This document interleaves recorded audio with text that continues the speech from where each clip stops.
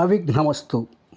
పలికెడిది భాగవతమట, పలికించు విభుండు రామభద్రుండట, నే పలికిన భవకరమగునట,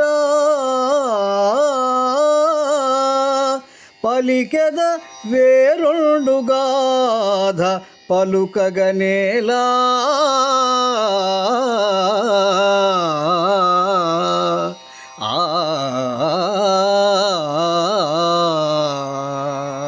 భగవద్బంధువులారా నమస్తే.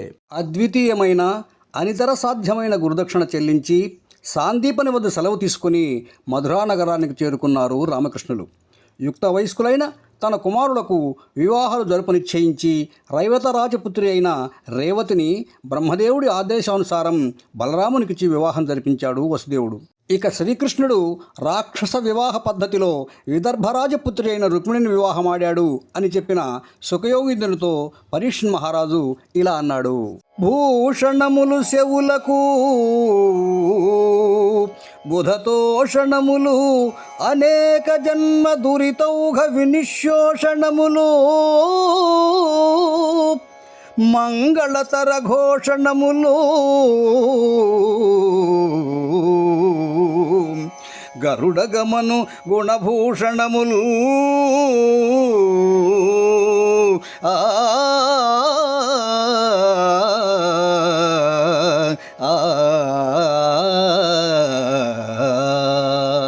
శ్రీ మహావిష్ణువును గూర్చిన కథలు వినేవారికి చెవులకు ఆభరణాలు, విద్వాంసులకు ఆనందకారకాలు, జన్మజన్మల పాపాలను ఎండింపజేసేవి, పలకడం వల్ల శుభాలు కలుగుతాయి. అంతటి మహిమాన్వితములైన శ్రీ విష్ణు కథలను సవివరంగా తెలుపవలసిందిగా కోరుతాను అన్నాడు పరీక్షత్తు.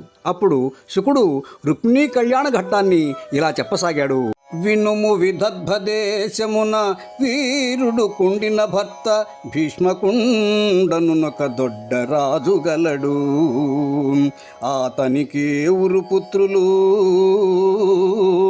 అగ్రజుండనయుడు రుక్మిణాబరగు, అందరకున్ కడగొట్టు చెల్లెలై మనుజవరేణ్యా పుట్టెనొక మానిని రుక్మిణి నా ప్రసిద్ధయై.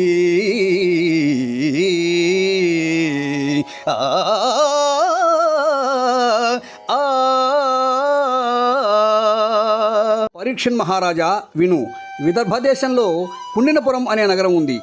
దాని అధిపతి అయిన భీష్మక మహారాజుకు 5 కుమారులు. పెద్దవాని పేరు రుక్మి. అందరికంటే చిన్నది చెల్లెలు రుక్మిణి అనే అమ్మాయి. ఆమె అభిమానవతి, ప్రసిద్ధురాలు. బాలేందురేఖ దోచిన లాలితయగుణ పరదిక్కులాగుణ, ధరణి పాలుని గేహము మెరసెను, బాలిక జన్మించి ఎదుగా భాసురమగుచున్.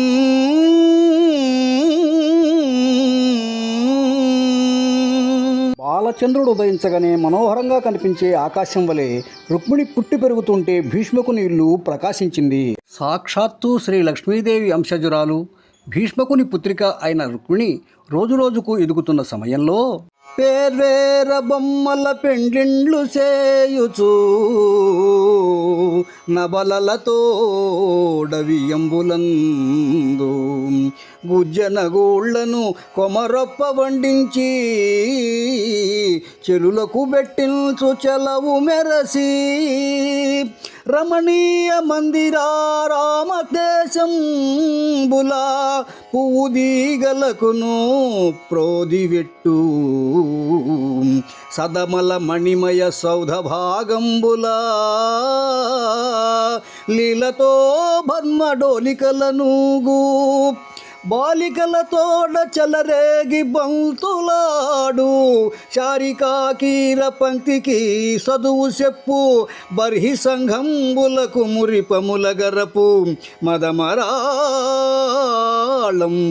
చూపు మందగతులు.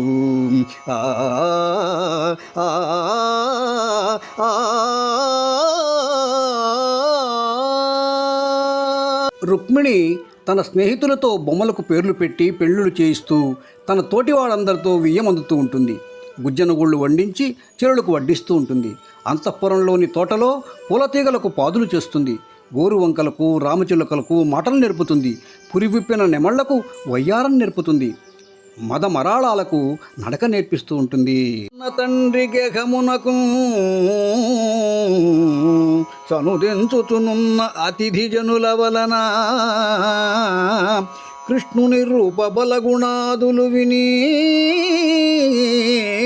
కృష్ణుడు తనకు తగిన విభుడని తలచెన్.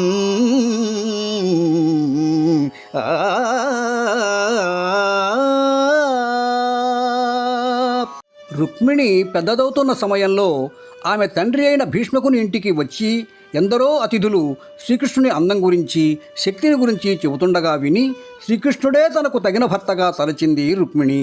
ఆలలన రూపు బుద్ధియు శీలము లక్షణము గుణము చింతించి తగన్ బాలారత్నము తనకు ఇల్లాలుగా చేకొందుననుచు హరియును దలచన్.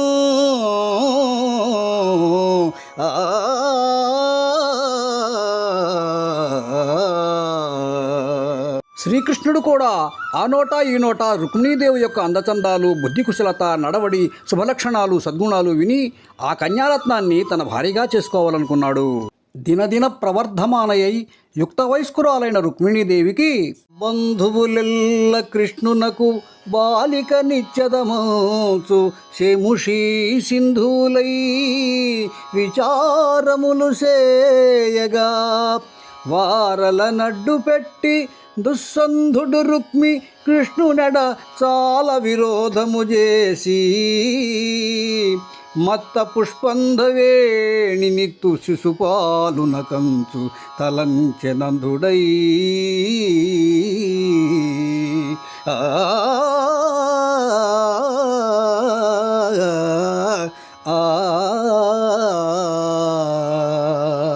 రుక్మిణీదేవి బంధువులంతా బాగా ఆలోచించి రుక్మిణిని కృష్ణునికిచ్చి వివాహం చేయాలని తీర్మానించుకున్నారు. వాళ్ళ ఆలోచనలు లక్ష్య పెట్టకుండా వాళ్ళను కాదని దుస్సాంగత్యం గలవాడైన రుక్మి శ్రీకృష్ణునిపై చాలా శత్రుత్వాన్ని పెంచుకొని గుడ్డిగా తన ఇష్టప్రకారం రుక్మిణిని తన స్నేహితుడు శిశుపాలునికి ఇస్తాను అన్నాడు. అన్నతలంపు నెరిగి అన్నవనీ రజగంధీ లోన నాపన్నత నొంది ఆప్తుడగు బ్రాహ్మణునొక్కని జీరి గర్వ సంచన్నుడు రుక్మిణేడు నను చైత్యునకిచ్చదనంచునున్నవాడు ఎన్ని విధంబులంజని బుధేశ్వరా చక్రికి విన్నవించవే.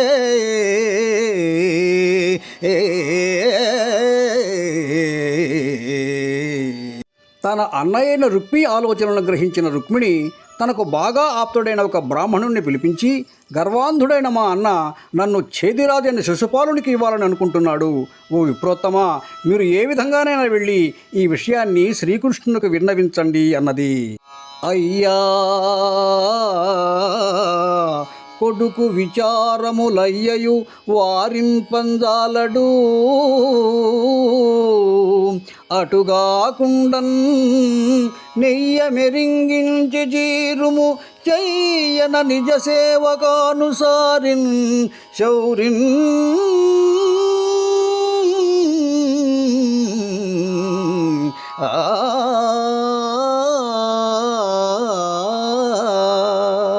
అయ్యా విప్రవర్య, కొడుకైన రుక్మి చేస్తున్న ఆలోచనలను మా తండ్రి కాదనలేడు. రుక్మి అనుకున్నట్టు జరగకుండా శ్రీకృష్ణులకు నా ప్రేమను తెలియజేసి తనను సేవించే వారికి తోడుగా నిలిచే ఆయనను వెంటనే పిలుచుకుని రండి అని చెప్పి ఇంకా మరికొన్ని రహస్య విషయాలను కూడా ఆయనకు చెప్పి పంపించింది రుక్మిణీదేవి. రుక్మిణి పంపున ద్వారకా నగరానికి వెళ్ళిన బ్రాహ్మణోత్తముడు తన రాక నిరింగించి శ్రీకృష్ణుని నగరంలో ప్రవేశించి బంగారు పీఠంపై కూర్చొని ఉన్న కృష్ణుని చూచి పెళ్లి కొడుకు కమ్ము అని దీవించాడు. శ్రీకృష్ణుడు పీఠం దిగి సాదరంగా ఆహ్వానించి అర్ఘ్యపాద్యాదులిచ్చి చక్కని విందు భోజనం పెట్టి వినయంతో ఆయన వద్ద కూర్చొని పాదాలు ఒత్తుతూ ఇలా అన్నాడు. జగతీ సురేశ్వరా సంతోషచితుడవయ్యున్న నీ ధర్మమతి సులభము. వృద్ధ సమ్మతమిది విత్తమెయ్యది అయిన ప్రాపింపహర్షించు బ్రాహ్మణుండు. తన ధర్మమున నుండు తరలడా ధర్మంబు కోరికలతనికి కురియుచుండు. సంతోషి కాడేని శక్రుడైన నశించు. నిర్ధనుండైనను ఇంద్రుబోలు సంతసించనేని. సర్వభూత సుహృత్తములకు ప్రాప్త లాభముదిత మానసులకు. శాంతులకును సుజనులకును గర్వహీనులకును వినతులేనొనర్తు. ఆ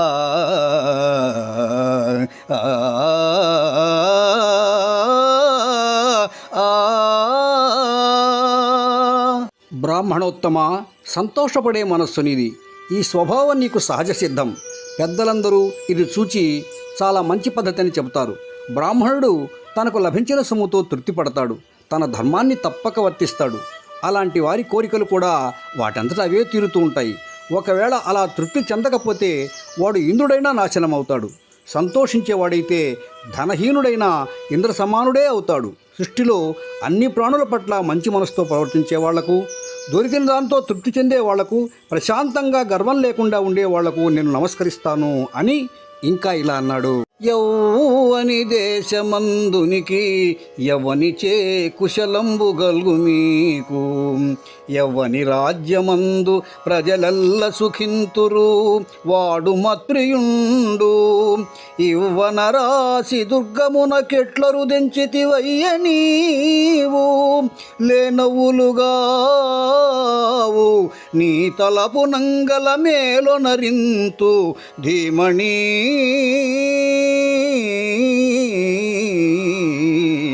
పండితోత్తమ, నీది ఏ దేశం? ఎవరి క్షేమ సమాచారాలు విచారిస్తున్నావు?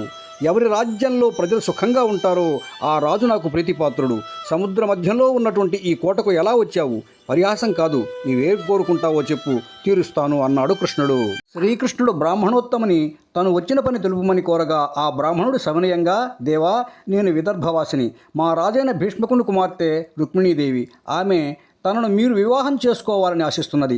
ఆ మంగళప్రదమైన విషయం నా ద్వారా మీకు సందేశం పంపించింది. దయతో ఆలకించండి అని ఇలా అన్నాడు. ఏనీ గుణములు కర్ణేంద్రియంబులు సోక దేహతాపంబులు తీరిపో. ఏనీ శుభాకారమీక్షింప కన్నులకు అఖిలార్ధలాభంబు కలుగుచుండు. ఏ నీ చరణ సేవలే ప్రొద్దు చేసిన భవనోన్నతత్వంబు పొందగలుగు. ఏ నీల సన్నామమే ప్రొద్దు భక్తితో తడవిన బంధ సంతతులు వాయు. అట్టి నీయందు నా చిత్తమనవరతము నచ్చియున్నది నీయానానలేదు. కరుణ జూడుము కంసారి కలవిదారి శ్రీయుతాకార మానిని చిత్తచోరా.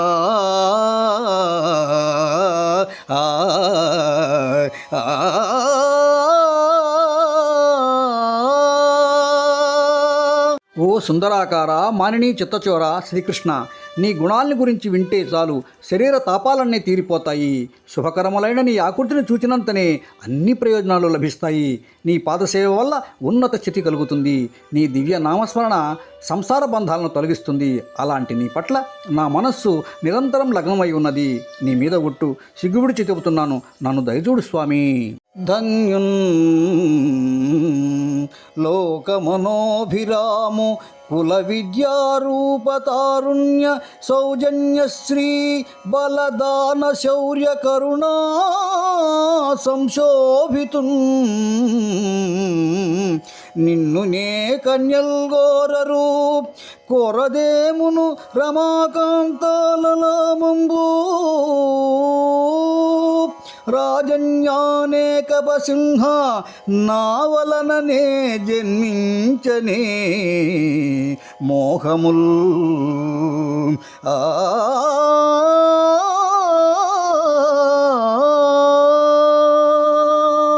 ఓ పురుషసింహమా శ్రీకృష్ణ, నీవు లోకమనోభిరాముడవు. వంశం, విద్య, రూపం, యవ్వనం, సంపద, బలం, పరాక్రమం, కరుణ, దానం వంటి అనేక సద్గుణాలతో అలరాడుతున్న నిన్ను ఏకన్య వరించదు. వనితారత్నమైన శ్రీ మహాలక్ష్మి అలనాడు నిన్ను చేపట్టలేదా? నేనొక్కతే నిన్ను మోహించినానా ఏమి? ఈ వలపు నా ఒక్కదానికే జనించిందా? రుక్మిణీదేవి బ్రాహ్మణుడి ద్వారా ఇంకా ఇలా సందేశాన్ని పంపించింది. శ్రీయుతమూర్తి ఓ పురుష సింహమా, సింహము పాలి సొమ్ము గోమాయువు కోరు చందమునా, మొత్తుడు చైత్యుడు నీ పదాంబుజదాయినైన నన్ను వడిదా కొనిపోయదనంచునున్నవాడు ఆ అధమాధముండెరుగడు అద్భుతమైన భవత్ప్రతాపము.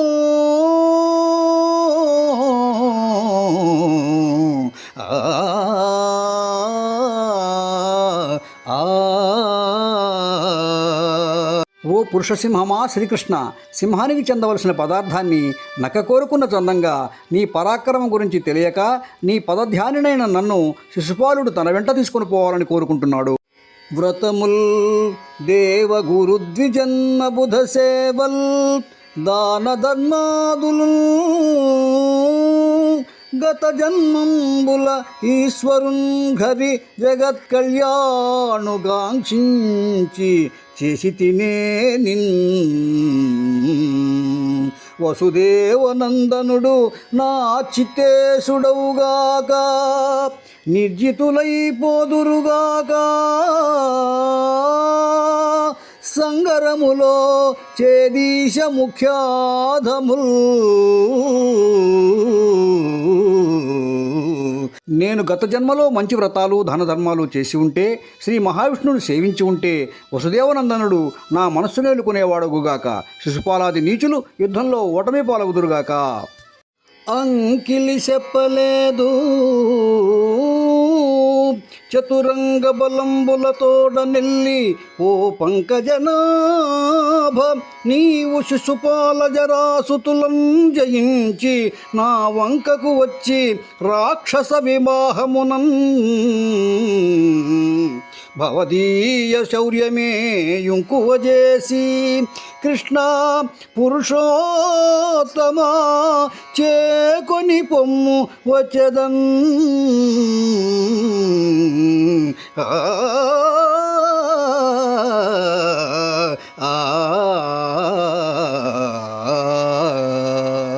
ఓ శ్రీకృష్ణ, నీకు అడ్డుపడడానికి ఏమీ లేదు.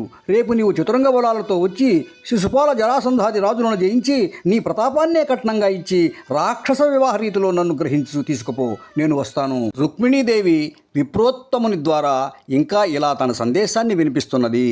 లోపలి సౌధంబులోన వర్తింపంగా తేవచ్చునే నిన్ను తెత్తునేని కావలివారల కలబంధువుల జంపికాని తేరాదని కమలనయన భావించితేని ఉపాయంబు చెప్పెదనాలింపు. కులదేవయాత్ర చేసి నగరంబు వెలువడి నగజాతకును మ్రొక్క పెండ్లికి మునుపడ పెండ్లి కూతు నెలమి మావారు బంపుదురు ఏనట్లు పురము వెలువడి ఏ తెంచి భూతనాదు సతికి మ్రొక్కంగా నీవు ఆ సమయమందు వచ్చి కొని పొమ్ము నన్ను నవార్య చరిత.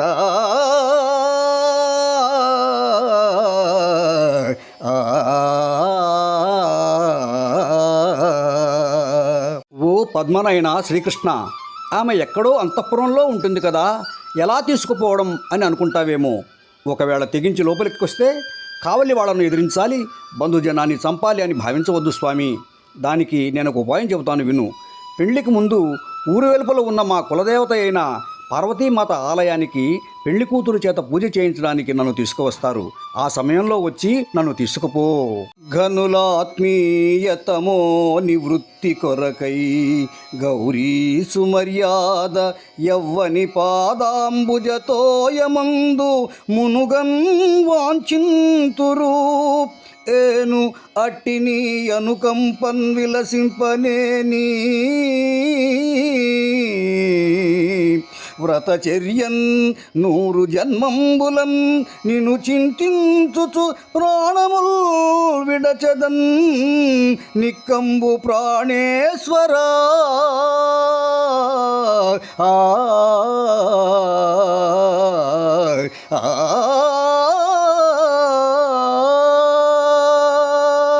ఓ ప్రాణేశ్వర, మహాత్ములు అజ్ఞానమనే చీకటి పోగొట్టుకోవడానికి పరమేశ్వరుడుగా భావించి ఎవరి పాదముల నుండి పుట్టే పవిత్ర గంగాజలాలలో మునగాలని కోరుకుంటారో అతడివే నీవు. అలాంటి నీ అనుగ్రహానికి అర్హురాలిని కాకపోతే 100 జన్మలైనా నిన్నే స్మరిస్తూ ప్రాణాలు విడుస్తాను. ఇది నిజం. రుక్మిణీదేవి తన సందేశం చివరలో ఇంకా ఇలా అంటున్నది. ప్రాణేశ నీ మంజు భాషలు వినలేని కర్ణరంధ్రంబులా కలిమియేలా. పురుషరత్నమ నీవు భోగింపగాలేని తనులతవలని సౌందర్యమేలా. భువన మోహన నిన్ను పొడగానగాలేని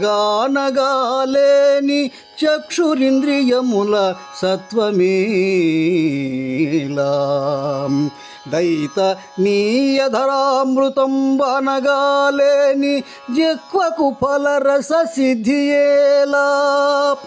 నిరజాతనయనా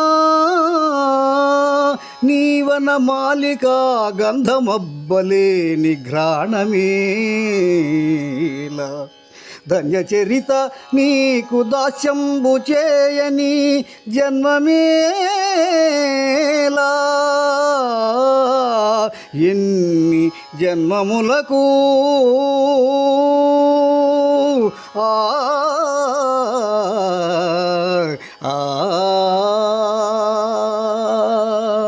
ఓ ప్రాణవల్లభ, నీ తీయని మాటలు వినలేకపోతే ఈ చెవిరంధ్రాలు ఉండి ఏమి ప్రయోజనం?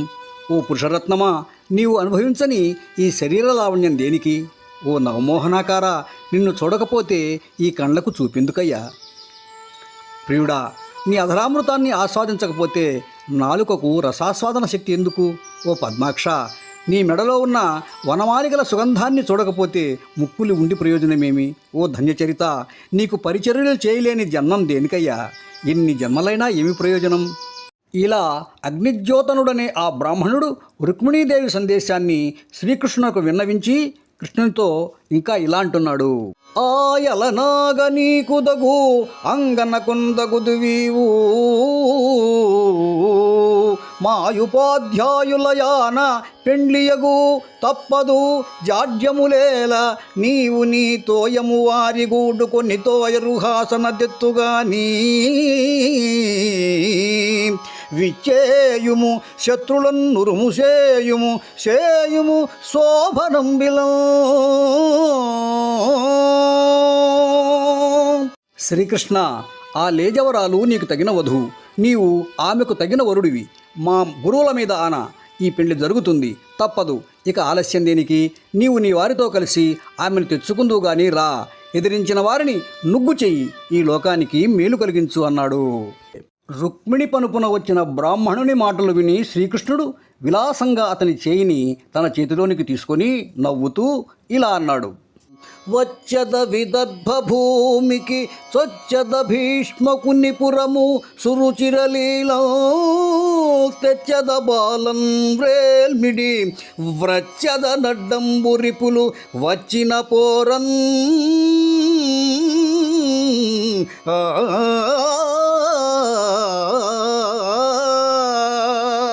బ్రాహ్మణోత్తమ, నేను విదర్భ దేశానికి వస్తాను, భీష్మకుని నగరంలోనికి ప్రవేశిస్తాను.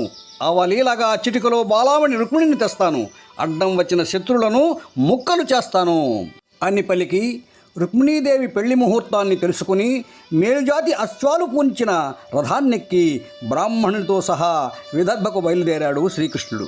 అక్కడ కుండిన నగరమంతా పెళ్లి వేడుకలతో శోభాయమానంగా అలంకరించబడి ఉంది. మంగళవాద్యాలు మారుమ్రోగుతున్నాయి. వైదర్భిని చేపట్టడానికి మదోద్ధరుడైన శిశుపాలుడు మందీ మార్బలంతో బంధుమిత్ర సపరివారంగా అట్టహాసంగా నగరానికి వచ్చాడు. శ్రీకృష్ణుడు పెళ్లి చెడగొడతాడేమోననే భయంతో శిశుపాలుని స్నేహితులైన జరాసంధుడు, దంతవక్త్రుడు, సాల్వుడు, పౌండ్రకుడు మొదలగు వాళ్ళు తమ తమ చతురంగ బలాలతో వచ్చారు. భీష్మకుడు వారందరికీ విడిది ఏర్పాట్లు చేయించాడు. ఈ విషయాలన్నీ పరిచారకులతో విన్న రుక్మిణీదేవి ఇలా అనుకుంటున్నది. ఆలోపలనే కథమునా ఆలోల విశాల నయనయగు రుక్మిణీ తన్నాలోకలోచనుండు హరి ఆలోకము చేసి కదియడని శంకితయై లగ్నం వెళ్ళి వివాహము గదిసే ఏలారాడు గోవిందుడు ఉద్విగ్నం వయ్యడి మానసంబు విననో వృత్తాంతమున్ బ్రాహ్మణుడగ్నిద్యోతనుడేటి కిందడిసే నా యత్నంబు సిద్ధించునో భగ్నం వైచనునో విరించి కృతమెభంగిం ప్రవర్తించునో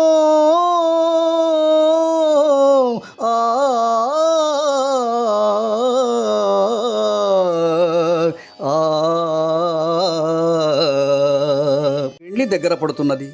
రేపే ముహూర్తం. శ్రీకృష్ణుడెందుకో ఇంకా రాలేదు. మనసు కలవరంగా ఉంది. నా సందేశమంతా విన్నాడో లేదో, బ్రాహ్మణుడు ఎందుకు ఆలస్యం చేశాడు? నా ప్రయత్నం ఫలిస్తుందో లేక వికటిస్తుందో, ఆ బ్రహ్మదేవుని సంకల్పం ఎలా ఉందో. మిత్రులారా నమస్తే. రెండవ భాగాన్ని కూడా చూచి ఆనందించి ఆలకించి ఆదరించండి. నమస్తే.